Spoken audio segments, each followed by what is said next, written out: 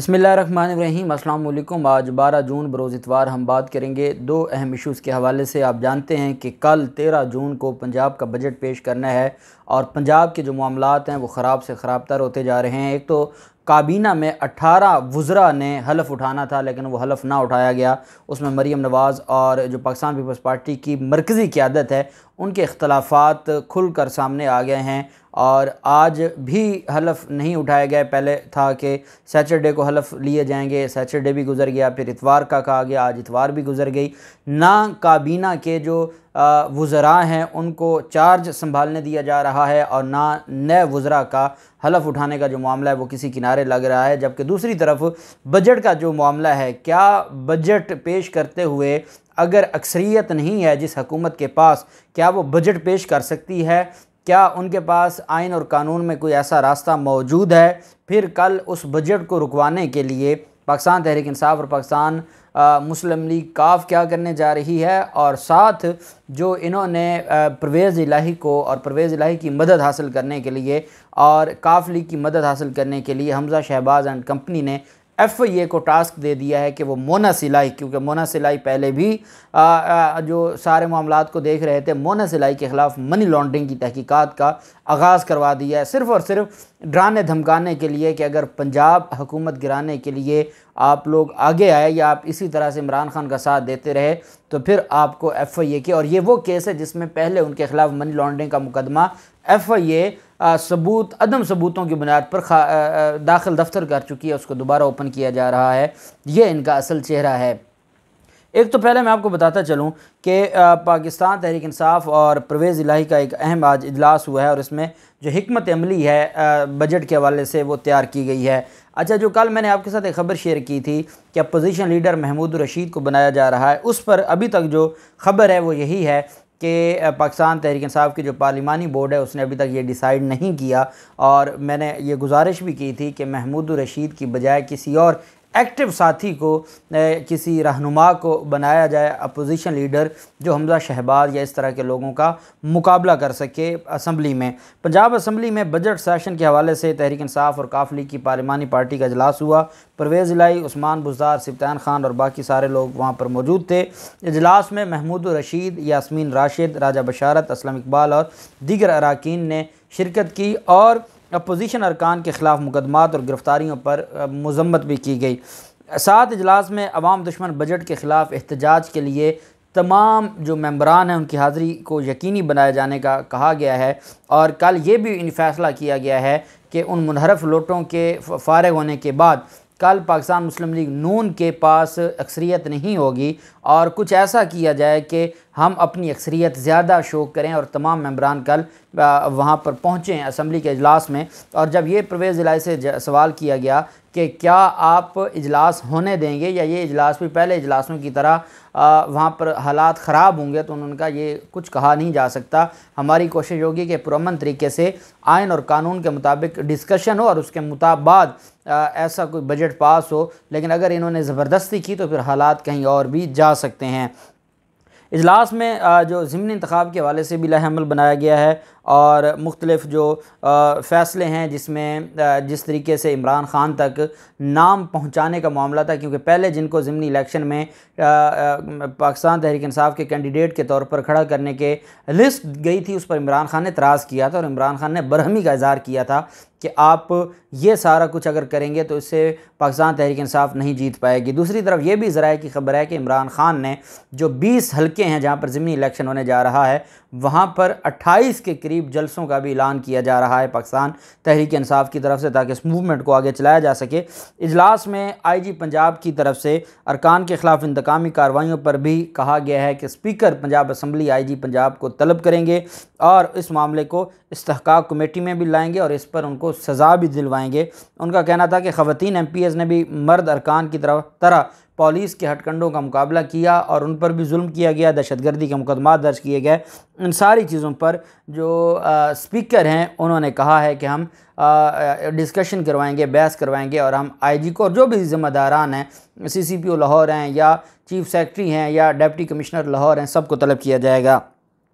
इमरान खान की तरफ से जो बजट पर एक स्टेटमेंट दी गई है बड़ी वैलिड स्टेटमेंट है, क्योंकि गिलगित बल्तिस्तान के जो लोग हैं वो ये कह रहे हैं कि हमें बजट में इन्होंने उतना हिस्सा भी नहीं दिया जितना मकसूद चपड़ासी इनके लिए मनी लॉन्ड्रिंग कर चुका था। उतने पैसे भी बजट में गिलगित बल्तिस्तान के लिए नहीं रखे गए और गिलगित बल्तिस्तान की हुकूमत ने एहतजाज किया है। जबकि जो फाटा के वो अजला जो जम हुए थे खैबर पख्तूनख्वा में, उस पर भी पाकिस्तान तहरीक इंसाफ के चेयरमैन ने कहा कि इम्पोर्टेड हुकूमत ने कबाइल के लिए सिर्फ 110 अरब रुपए का बजट रखा। मौजूदा हुकूमत ने डेवलपमेंट की फंडिंग कम कर दी है और इस पर इमरान खान ने शदीद तनकीद करते हुए कहा कि कबायली अजला की खसूसी ज़रूरियात के पेश नज़र मेरी हुकूमत ने 3 गुना इजाफे के साथ उनकी फ़ंडिंग 131 अरब रुपए की। इम्पोर्टेड हुकूमत ने बजट में वो फ़ंडिंग बढ़ाने, हालात को देखते हुए, महंगाई को देखते हुए वो फ़ंडिंग बढ़ाने की बजाय वो कम करते हुए 110 अरब रुपए कर दी और 110 अरब रखते हुए तरक्याती बजट कम किया। जबकि बेघर आबादी के लिए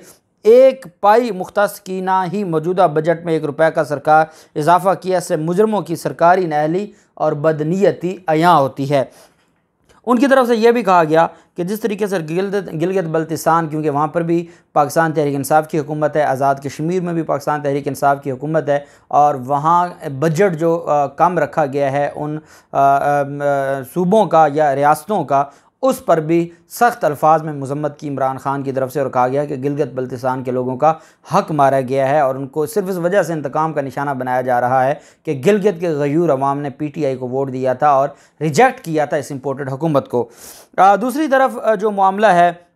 वो है मनी लॉन्ड्रिंग केस का। मनी लॉन्ड्रिंग केस का जो मामला है, मोनस इलाही और परवेज़ इलाही के ख़िलाफ़ पहले भी FIA की तरफ से कार्रवाई शुरू की गई थी, लेकिन क्योंकि मोनस इलाही की और परवेज़ इलाही की काफ लीग वालों की भी शुगर मिले हैं। मोनस इलाही के ख़िलाफ़ जो मनी लॉन्ड्रिंग का मुकदमा था वो पहले नैब ने भी शुरू किया था, नैब ने भी बाद में बंद कर दिया था और कहा था कि हम इनके खिलाफ इंक्वायरी बंद कर रहे हैं। FIA ने भी इंक्वायरी बंद कर दी थी। अब अगर तो कोई ये कहे कि इस वजह से बंद की गई थी कि क्योंकि इनके जो मेंबरान थे वो बगावत कर सकते थे और काफ लीग बगावत कर सकती थी, तो मेरे ख्याल में अगर इमरान खान ने ये चीज़ देखना होती तो कभी भी जहांगीर तरीन के ख़िलाफ़ मुकदमे ना करता, जो 20 MNAs और 25 MPs को ले गए और वो इतने बड़ी तादाद में लोगों को मुनहरफ करवाया। तो अगर इमरान खान ये चीज़ें देखते तो फिर जहांगीर तरीन के ख़िलाफ़ भी कार्रवाई ना होती और उनको भी ना जाने दिया जाता। तो मोनस इलाही के ख़िलाफ़ जो भी मुकदमात हो सकते हैं, मनी लॉन्ड्रिंग की हद तक FIA का कहना था कि बाकी इल्ज़ामात अपनी जगह, गुजरात में जो कुछ इन लोगों ने किया वो अपनी जगह, लेकिन ये मनी लॉन्ड्रिंग का उनके ख़िलाफ़ इल्ज़ाम साबित नहीं होता, इस वजह से उनको उस जो इंक्वायरी थी उससे बरी कर दिया। अब ये कहा जा रहा है और ये वो FIA है जो हमजा शहबाज और शहबाज शरीफ को मनी लॉन्ड्रिंग केस में 16 अरब रुपए की मनी लॉन्ड्रिंग का केस है और वहाँ पर उनका जो और 4000 सफ़ात पर मुश्तमिल 7 वालियम थे चालान के, वो पढ़ने की बजाय वो 40-45 मिनट में फ़ारूक बाजवा साहब बहस मुकम्मल करके वाइंड अप कर देते हैं और कहते हैं कि हाँ जी, शहबाज शरीफ के ख़िलाफ़ कोई ऐसा इल्ज़ाम डायरेक्ट नहीं है। जब आप उनकी ज़मानत दिलवा रहे थे उस वक्त FIA, अगर इतने ही मनी लॉन्ड्रिंग के ख़िलाफ़ आपने काम करना है तो फिर आपने जहांगीर तरीन के ख़िलाफ़ दोबारा इंक्वायरी, उनकी तो FIR पेंडिंग पड़ी है, उनको नोटिस करके तफ्तीश मुकम्मल करें। फिर आप हमजा शहबाज शरीफ के ख़िलाफ़ जो कार्रवाई है उसको आगे बढ़ाएँ। जब आप उनके ख़िलाफ़ कार्रवाई नहीं बढ़ा रहे और मोनस इलाही से इस वजह से तकलीफ़ है कि हुसैन इलाही ने भी काफ लीग के हालात की वजह से छोड़ने का कहा है और मोनस इलाही भी ये कह चुके हैं कि उनके वज़ीर आज़म आज तक इमरान खान हैं और ये भी ख़बर और ये मुस्तनद ख़बर है कि काफ लीग के हालात की वजह से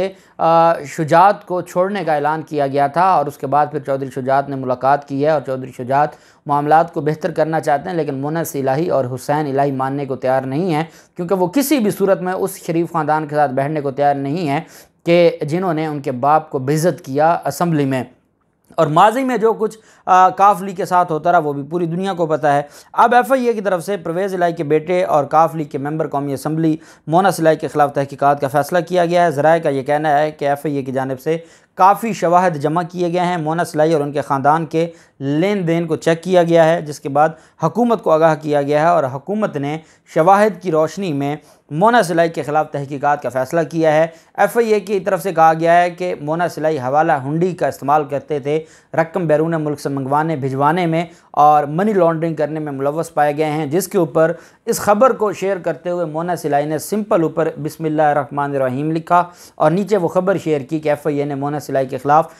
जो इक़दाम हैं वो शुरू कर दिए हैं। वो ये कहना चाहते हैं कि वो इस तरह के इक़दाम से अगर तो शरीफ ख़ानदान को ये लगता है कि हमज़ा शहबाज की हुकूमत बचाने के लिए वो इस तरह के इक़दाम करेंगे और हमज़ा शहबाज की हुकूमत बच जाएगी, क्योंकि हमज़ा शहबाज की देखें आइन और कानून, जिस दिन हमारी अदालतों ने आइन और कानून के मुताबिक फ़ैसला कर दिया, जितने दिन लटकाना है लटका लें, जिस टाइम फ़ैसला होगा फ़ैसला यही होगा कि रीपोलिंग होगी। रीपोलिंग में इनको दोबारा अपनी सिंपल मेजॉरिटी शो करनी होगी, जो बड़ा मुश्किल हो जाएगा इनके लिए, इतना आसान नहीं है। दूसरी तरफ जो अहम चीज़ है वो ये है कि इलेक्शन कमीशन हर हाल में ज़िमनी इलेक्शन में पाकिस्तान तहरीक इंसाफ को जितवाना चाहता है, पाकिस्तान मुस्लिम लीग नून को जितवाना चाहता है, ताकि इमरान खान का बयानिया भी ख़त्म हो जाए और ये भी पता चल जाए कि लोटों को पाकिस्तान मुस्लिम लीग नून लोटे तो क्या, पाकिस्तान मुस्लिम लीग किसी और को भी टिकट देती तो वो भी जीत जाते। ये शो करने के लिए हर हाल में ज़िमनी इलेक्शन में, और आप देख रहे हैं कि जो इलेक्शन कमीशन में जो वोटों का रद्दोबदल है और किसी का वोट कहाँ डाल दिया किसी का कहाँ,